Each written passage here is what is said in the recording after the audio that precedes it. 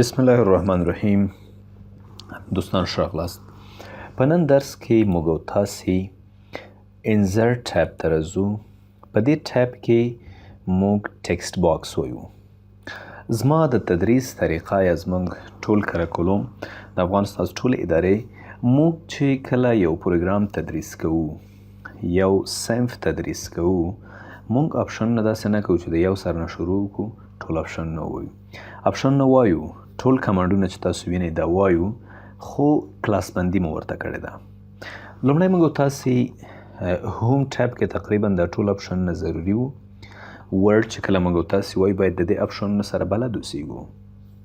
خو انزرټ کې موږ داسې نه کوو چې ټول یو ځل وایو، مطلب یو ځل نه شروع کړو، دې ځای نه کور پیج او بلینک پیج او بریک او دا نه.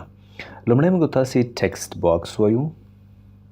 ټیکسټ باکس چې مو وویلې د دې څخه وروسته شیپس پکچر، بیا ټیبل وایو، کور پیج، بلینک پیج، بیا همداسې خپل درس ته ورو ورو څنګه کوو ادامه ورکوو، مخ ته ځو. سمه ده؟ ښه، لومړی موږ تاسې راځو ټیکسټ باکس ته. ټیکسټ باکس څه شی دی؟ ټیکسټ باکس ملګرو، ټیکسټ خو تاسو پیژنئ، لیکنې ته ویل کېږي. ټیکسټ باکس یعنې داسې یو څیز چې موږ په هغې کې لیکنه کولی شو. دلته موږ سره تیار ریډیمیډ یا تیار ځینې جوړ شوي ټیکسټ باکسونه موجود دي. که زه دلته راشم په دې ټیکسټ باکس باندې کلیک وکړم، دا ټیکسټ باکس وګورئ ما ته راغی. ځکه لږ خپل فایل کوچنی کړم. تاسو وګورئ دا کافي اندازه ښکلا لري، معلومیږي. موږ کولی شو په دې ټیکسټ باکس کې خپله هم کار وکړو، مطلب دا لیکنه موږ لرې کولی شو، د دې په ځای خپله لیکنه هم راوستلی شو. خو زه په دې باور یم چې د ریډیمیډ څیزونو څخه استفاده کول دا ښه خبره نه ده. ریډیمیډ څیزونه موجود دي. دا په دې خاطر وي چې موږ تاسې دا انزرټ کو وګورو چې دا څنګه جوړ شوي دي، په کوم شکل د دې ډیزاین شوی دی، او څنګه موږ کولی شو چې داسې یو ډیزاین ځان دپاره خپله څنګه کو ترتیب کو او په دې کې کار وکړو. ښه خبره دا ده، اکثره وخت زه ملګرو ته یا زده کوونکو ته په صنف کې هم وایم چې هیڅکله هم یو پروګرام په دې شکل باندې مه زده کوئ چې تاسو صرف معمولي غوندې یو ډیزاین پیدا کړئ، هماغه ډیزاین ایډیټ کړئ، بلکې یو پروګرام په دې شکل باندې زده کړئ چې تاسو په خپله یو ډیزاین ترتیب کړلی شئ، په خپله کار وکړلی شئ. نو موږ راځو انزرټ ته. دلته موږ څه لرو؟ ټیکسټ باکس لرو. دا ډرا ټیکسټ باکس باندې مو کلیک کوو. دا ډرا ټیکسټ باکس باندې ما ښي کلیک کړی، اډ ټو کویک اکسس ټول بار دلته مې څنګ کړی دی، اډ کړی مې دی. دې نه وروسته په دې باندې کلیک کوم، داسې یو ټیکسټ باکس دلته ما څنګه که رسم مې که. په دې ټیکسټ باکس کې زه عادي ډول باندې لکه څنګه چې زه په نورو فایلونو کې لیکل کوم یا په نورو څیزونو کې لیکل کوم یا عام ډول په خپل فایل کې لیکل کوم، په دې کې هم لیکل کولی شم. Afghanistan, my lovely country, I love it and I want to work for it. صحیح شو؟ دا لیکل ما وکړل. داخل کې چې دوی کوم لیکل دي دا موږ داسې انتخابولی شو، یا کنټرول A په داخل کې دا ټول موږ څنګه کړل؟ انتخاب مو کړه. عادي ټیکسټ غوندې موږ سنټر ته کولی شو، چپ طرف ته سایز هم غټولی شو، بولډ کوو یې. د ټیکسټ باکس خوبي دا ده چې موږ په خپل ډاکومنټ کې یا په خپل فایل کې دا هرې نقطې ته وړلی شو. د مثال په ډول دې ځای کې زه دا ځای پر ځای کوم، لږ یې داسې کوچنی کوم، دې خوا نه غټوو، په دې ځای کې دا موږ څنګه ځای پر ځای مو کړو، یا یې بیرته لاندې راوړم، دې ساحه کې دا څنګه کوو ږدو. کله چې ټیکسټ باکس انزرټ شي ملګرو، دلته ورسره فارمیټ په نوم باندې یو بله مینو څنګه کیږي یا یو بل ټیب خلاصیږي چې دلته مختلف آپشنونه څنګه دي موجود دي. لومړنی آپشن چې د انزرټ شیپ دی، یعنی زه په دې مې کلیک کړی دی، کولی شم یو بل شیپ د دې ځای څخه هم څنګه کړم راولم. لکه مثال په ډول زه غواړم دې څنګ کې د دایره یا دا څنګه کړم، دا هم رسمه کړم، دا هم زه رسمولی شم. یعنی دا یو شیپ دی، دا ټیکسټ باکس دی. تاسو وګورئ که شیپ باندې زه کلیک کوم دا د شیپ پراپرټي ده، او که چیرې په ټیکسټ باکس باندې کلیک کوم دا د ټیکسټ باکس پراپرټي ده. تقریبا دواړه یو شان دي. دواړو نه موږ تاسو څه کولی شو؟ استفاده کولی شو. د دې پر ځای چې موږ تاسې درس لږ نور هم خوندور شي او زیات څه زده کو، شیپ موږ د دې ځای نه هم راوستلی شو. ځکه فرضاً په دې شیپ باندې کلیک وکړم، ډیلیټ کړم، دلته راځم انزرټ ته، دا شیپ څنګه کوم د دې ځای نه هم انزرټ کولی شم. اوس راځو د درس د ښکلا په خاطر پکچر باندې کلیک کوو. یو پکچر یا یو تصویر هم څنګه کومه راولم. د تصویر باندې کلیک کوم، انزرټ. دا تصویر هم څنګه شو، انزرټ شو.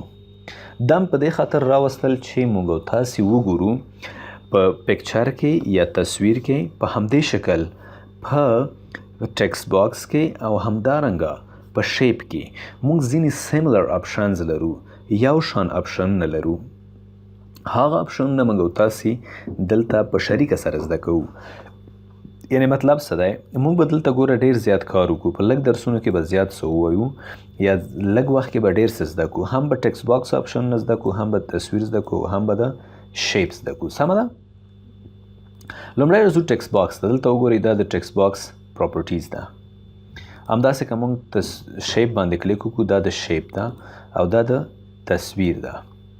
تصویر کې ځینې اپشنونه بدل دي، ابه موږ وایو خامخا ځینې اپشنونه دي په ټیکسټ باکس کې چې موږ ووایو، په شیپ کې بیا ویلو ته ضرورت نشته او یا په تصویر کې بیا ویلو ته ضرورت نشته دی. نو راځو ټیکسټ باکس ته. دې باندې خو پوه شئ چې موږ یو بل شیپ انزرټ کولی شو.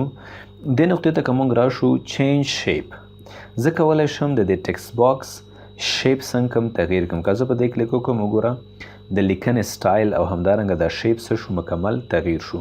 زه کنټرول زاید که په دې شیپ کلیک وکړم، دلته راشم چینج شیپ ته او دې ځای نه زه دا څنګه کوم، بدل یې کړم. دا وګوره په دې شکل مو بدل کړه. یا راځو چینج شیپ ته، دلته ورته موږ وایو داسې. بیرته راځم شیپ ته، چینج شیپ، بیرته دا خپل نارمل حالت ته څنګه کوم وړم. پخوا دا دایره وه که نه، اوس غواړو چې دا وله، بیرته مو دایرې ته څنګه که راموسته. تصویر باندې که کلیک وکړو، فارمیټ کې دې کې د اپشنونه نشته، دې کې اپشنونه تغییر دي، خو دلته اپشنونه ټول یو شان دي، ځکه ما تصویر هم څنګه کړی دی، راوستی مو دی. په ټیکسټ باکس باندې بیرته کلیک کوو، فارمیټ ته راځو. دلته ډرا ټیکسټ باکس کولی شو چې موږ یو بل ټیکسټ باکس هم څنګه کو، رسم کو. اسکیپ باندې کلیک کوم، بل ټیکسټ باکس نه غواړو. په شیپ که کلیک وکړئ، دلته هم ډرا ټیکسټ باکس موږ لرو. شیپ باندې په دې ټیکسټ باکس باندې کلیک کوم، دلته موږ سټایلونه لرو. هر سټایل تاسو انتخابولی شئ. زه فرض که دا سټایل انتخابوم یا دا سټایل انتخابوو، یا دلته موږ راځو دې سټایل نه استفاده کوو. همداسې شیپ باندې هم موږ مختلف سټایلونه څنګه کولی شو، عملي کولی شو او راوستلی شو. سیملر دي. ټیکسټ باکس باندې کلیک کوو، شیپ فیل، د دې داخل ته یو رنګ ورکوو. موږ کولی شو دا رنګ داخل ته ورکو، یا یو بل رنګ تاسو غواړئ. فرض که دا رنګ، کوم رنګ چې ستاسو خوښ وي، دې ځای نه څنګه کوئ، انتخاب یې کوئ. شیپ آوټلاین، د دې د آوټلاین وګوره دا شاوخوا یې تور رنګ دی. دا تغییرول غواړئ، دلته راشئ، دا تغییر کوئ. فرضاً داسې یو رنګ ورته ورکوئ. بیا آوټلاین ته راشئ، ویټ ډبلوالی لږ څنګه کوئ، ورته اضافه کوئ. بیا آوټلاین ته راشئ، دا ورته څنګه کوئ، بدل یې کوئ. مطلب ټول ستاسو په لاس کې دي. داسې موږ شیپ ته هم کولی شو. شیپ ته راځو، فیل، رنګ یې بدلوو. آوټلاین ورته څنګه کوو، داسې کوو. بیا آوټلاین ته راځو، لږې آوټلاین ورته څنګه کوو، داسې ډبلوو. سمه ده؟ ښه، دې ځای پورې خو انشاءالله ورسېدئ. په دې باندې انشاءالله پوه شوئ. دا شیپ هم دلته جګو، درې واړه څنګ په څنګ کوو. بیا شیپ ته موږ راځو، دلته شیپ افیکټس لرو. افیکټس ګوره اکثره وخت زه د زده کوونکو سره په صنف کې هم دا ټوکه کوو چې دا څیزونه داسې دي چې کلیک سره موږ ته نتیجه راکوي. که موږ پرسیټس ته راشو، دلته دا سټایل وکړو، دا دلته ماته نتیجه راغله. یا شیډو ته زه راځم، د دې شاته زه لږ زره شیډو راولم، یا دې باندې کلیک کوم، افیکټس ته راځم، لږ زره شیډو یې لاندې راولم. تاسو ګورئ هر یو باندې چې موږ کلیک کوو، موږ ته شیډو څنګه کوي، راکوي او موږ په دې باندې پوره پوهیږو. بیا که موږ دا شیډو لرې کوو، راځو شیډو ته، دغه باندې کلیک کوو، نو شیډو. همداسې موږ کولی شو ګلو د دې شاوخوا راولو، داسې دلته تاسو ګلو ولیدله. بیا دا ګلو لرې کوئ، ګلو ته راشئ، او دلته ورته وایي نو ګلو.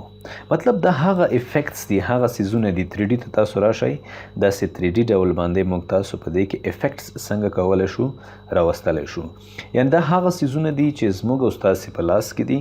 همیشه دا څنګه کولی شو تغییرولی شو، همیشه په دې کې موږ او تاسې یو تغییر راوستلی شو. په دې درس کې تقریبا 10 دقیقو ته دا ویډیو ورسېدله. همدې ځای پورې دا درس بس دی. راتلونکي درس کې به موږ او تاسې دا طرفونه ووایو. امید دی چې تاسو په دې درس باندې پوه شوي یاست.